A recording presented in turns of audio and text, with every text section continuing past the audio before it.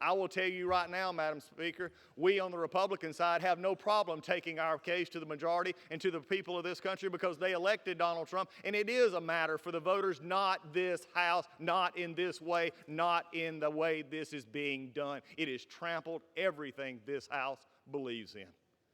Today is going to be a lot of things. What it is not is fair. What it is not is about the truth. What is true today, and I just heard it just a moment ago in the articles themselves where it said, and the speaker, I believe, actually talked about this as well, is that the president weakened a foreign leader.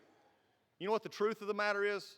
Madam Speaker, the most interesting and deplorable thing that I've heard over the last few weeks is the actual attack by the majority on President Zelensky. Because they realize their whole crux of their case is that if he was not pressured, their house of cards falls. And by the way, it's already failed. But if we can't show pressure, then we either have to call him a liar, a world leader, or we have to make up names to call him. And that's exactly what happened in the Judiciary Committee when a member of the majority actually said he's acting, or they're complaining to a battered wife. That is below the dignity of this body, to take a world leader and when he doesn't make your case for you, to belittle him, especially as is going to be often said by the majority that they're in the middle of a hot war with Russia. Gentleman from New York. Madam Speaker, the House of Representatives must now consider 2 articles of impeachment against President Trump. The first article charges that the President used his public office to coerce a foreign government into attacking his political rival. The second article charges that the President took extreme and unprecedented steps to obstruct our investigation into his conduct. Taken together, the 2 articles charge that President Trump placed his private political interests above our national security, above our elections, and above our system of checks and balances. The President faces a second article of impeachment for his efforts to obstruct our investigation of his misconduct. The Constitution grants the sole power of impeachment to the House of Representatives.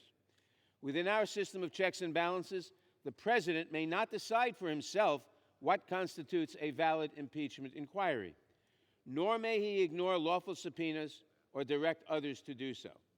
Many presidents, including President Trump, have asserted privileges and other objections to specific subpoenas. But only President Trump has ordered the categorical defiance of a congressional investigation, the automatic rejection of all subpoenas. The President is not above the law, and he should be impeached for this as well.